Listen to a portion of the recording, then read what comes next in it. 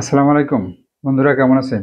আজকে আমি আলোচনা করব মানবদেহের একটি গুরুত্বপূর্ণ প্রোস্টেট গ্রন্থি সমস্যাজনিত বিভিন্ন অসুবিধা, যেমন প্রস্রাব ঠিকমতো হয় না, প্রস্রাব আটকে যায়, প্রস্রাব করার পর মনে হয় কিছু প্রস্রাব ভিতরে রয়ে গেছে এবং প্রস্রাবের ফ্লো কম বা ধীরগতি, তাদের জন্য এটি বেশ উপকার হতে পারে। আর এই সংক্রান্তে সবচেয়ে বেশি কার্যকরী হোমিও ওষুধটি নিয়েই আজকে আমি আলোচনা করব, যা আপনারা মনোযোগ দিয়ে শুনবেন, তাতে উপকার আসবে ইনশাল্লাহ। হ্যাঁ বন্ধুরা, এই ওষুধটির নাম হচ্ছে শেবাল শেরুলতা বা শেবাল শেরু। মূলত শরিক ও সাইকোটিক মায়াজমের অন্তর্গত। এটি বিশেষ করে প্রোস্টেট গ্রন্থি, মূত্রতন্ত্র ও যৌন দুর্বলতার সমস্যায় অধিক কার্যকর।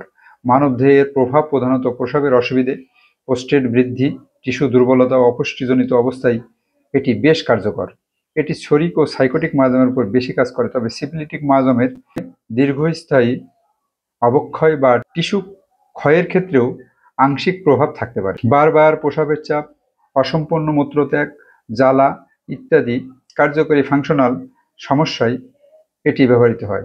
দীর্ঘস্থায়ী ইউরিনারি সমস্যা, যেমন প্রোস্টেট গ্রন্থি, প্রোস্টেট বৃদ্ধিজনিত প্রস্রাবের অসুবিধা, বিপিএইচ, প্রোস্টাইটিসে প্রদাহ ও ব্যথা কমতে এটি সহায়ক ভূমিকা পালন করে। মূত্রতন্ত্র, প্রস্রাবের ধারা দুর্বল, ফোঁটা ফোঁটা পড়ে, রাতে বারবার প্রস্রাবের চাপ হয়, অসম্পূর্ণ মূত্রত্যাগের অনুভূতি, যৌন ও সাধারণ দুর্বলতা, যৌন শক্তি হ্রাস, মানসিক ও শারীরিক অবসাদ, টিস্যু ক্ষয় ও অপুষ্টিজনিত দুর্বলতা এটি ব্যাপক কার্যকর।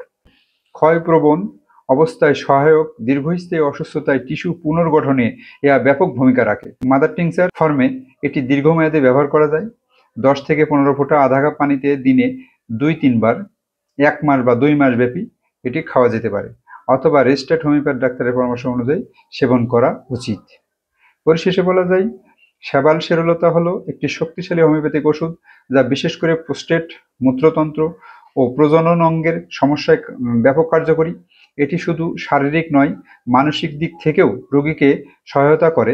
তবে মনে রাখতে হবে, সঠিক ওষুধ নির্বাচনে সবসময় রোগীর সম্পূর্ণ লক্ষণ বিশ্লেষণের উপর নির্ভর করে, তাই অভিজ্ঞ হোমিওপ্যাথের পরামর্শ অনুযায়ী ব্যবহার করাই শ্রেয়। আজকে এ পর্যন্ত বন্ধুরা, ভালো থাকবেন আর লাইক, কমেন্ট, শেয়ার দিয়ে আমার সাথেই থাকুন। ধন্যবাদ।